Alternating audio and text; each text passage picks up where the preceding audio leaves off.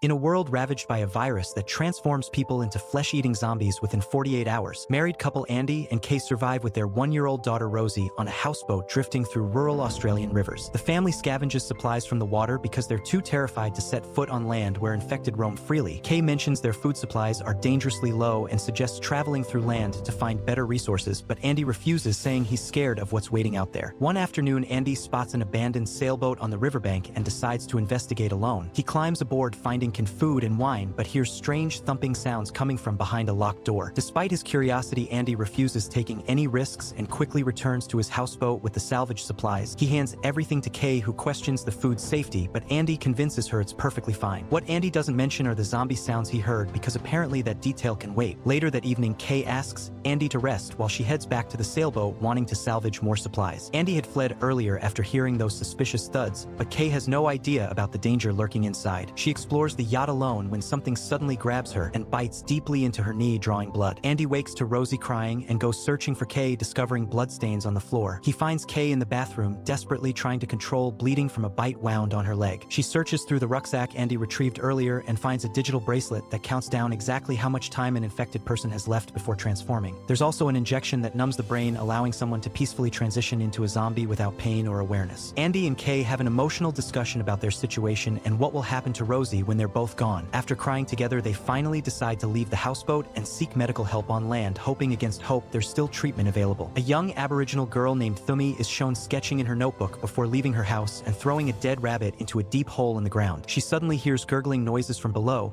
and covers her ears, suggesting she's feeding something terrible down there. Andy and Kay locate an abandoned car nearby and narrowly dodge a zombie approaching them as they speed away. After driving for some time, they stop so Andy can study a map while Kay changes Rosie's diaper in the backseat. Kay suddenly collapses, vomiting blood violently all over the car's interior. Andy jumps out and frantically tries calming her down, but realizes she's rapidly transforming much faster than the 48-hour timeline suggested. Back at her home, Thumi throws a snake into the hole, but this time hears no sound, suggesting whatever was down there has stopped responding to food. Elsewhere, Kay regains consciousness and examines her wound, which is now dripping thick yellow sludge instead of normal blood. She screams at Andy, furiously accusing him of trying to hide her zombie transformation because she's terrified of infecting their baby daughter. Despite his fear, Andy calms her and convinces her to keep moving forward with him toward potential help. To prevent Kay from escaping or harming herself, he smashes the car's door handle, trapping her safely inside. While driving, Andy gets distracted by a strange-looking man standing motionless in the middle of the road, causing their car to crash violently into a tree. Hours later, Andy wakes up and tries rousing Kay, but discovers she's already fully transformed into a zombie with yellow pus leaking from her lips and eyes staring at him with pure hunger. Terrified, Andy tries escaping with Rosie, but Kay lunges forward, biting his arm deeply during the desperate struggle. After several attempts, Andy manages getting out of the car and applies one of the injections to Kay's neck, putting her down peacefully so she doesn't suffer. Before setting out on foot, he straps Kay's countdown bracelet onto his own wrist, showing 47 hours remaining, and secures Rosie to his back using a baby carrier. The little girl cries, missing her mother, so Andy quickly calms her by spraying Kay's perfume on himself, creating a familiar scent. During a brief rest stop, Andy discovers the person who caused their accident wandering nearby. He identifies the man as a zombie and prepares defending himself when young Thumi suddenly appears, trying to distract the creature from attacking. The zombie turns out to be Thumi's father, and she begs Andy to stay away from him with desperation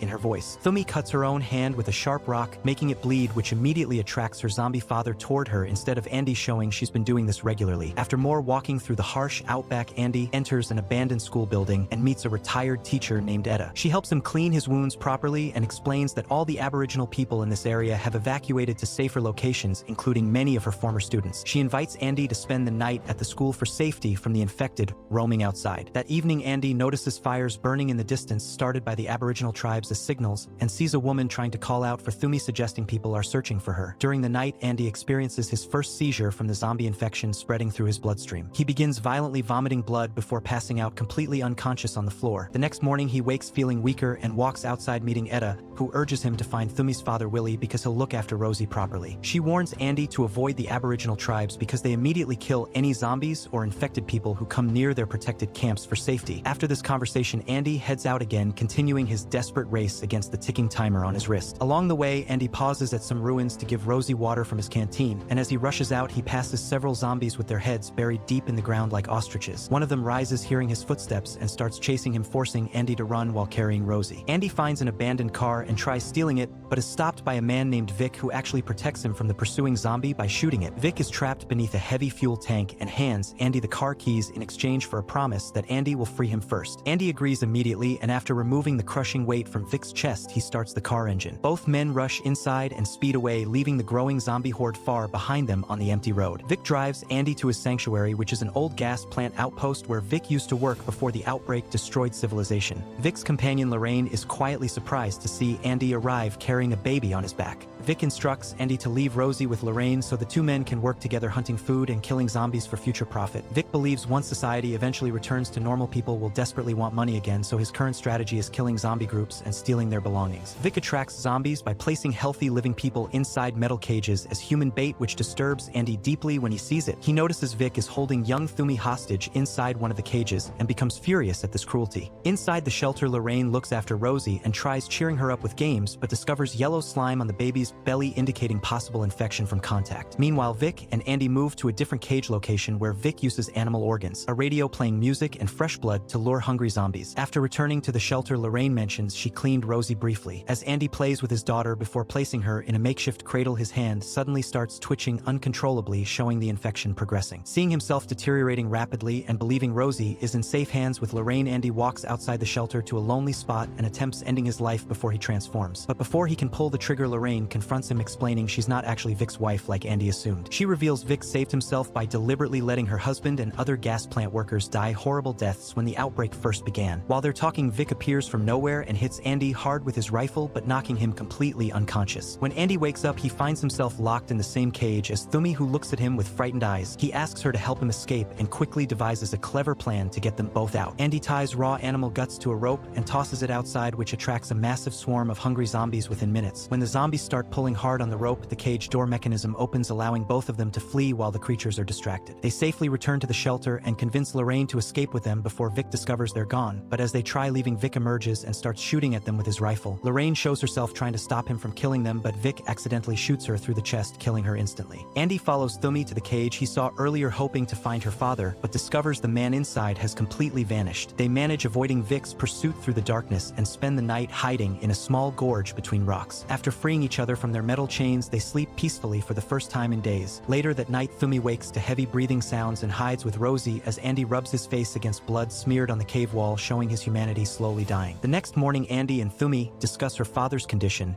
and when Andy gently points out that her father may never recover from being a zombie, Thumi storms away, angrily refusing to accept it. She then discovers her father's body dead and hanging from a tree branch with his neck broken. Andy arrives trying to console the heartbroken Thumi, but fails miserably and quickly leaves, giving her space to grieve alone. Soon after, he has another severe breakdown after checking his timer and realizing he has very little time left before completely transforming. He attempts burying his head in the earth like other zombies instinctively do, but Thumi stands by the tree crying until she hears Rosie's desperate cries and rushes to help the baby. When Andy wakes up confused, he's surprised to find Thumi has decided to assist him in reaching the river despite her grief. They travel by motorboat down the river to a campground where Andy last saw a family playing together weeks ago. They find an RV parked there and investigate it carefully, but discover it's completely empty with no signs of life. Andy and Rosie search the area for the family while Thumi stays behind at the boat keeping watch. Andy finally meets the father hiding in the woods, but discovers he's been infected from a recent zombie attack and is slowly transforming.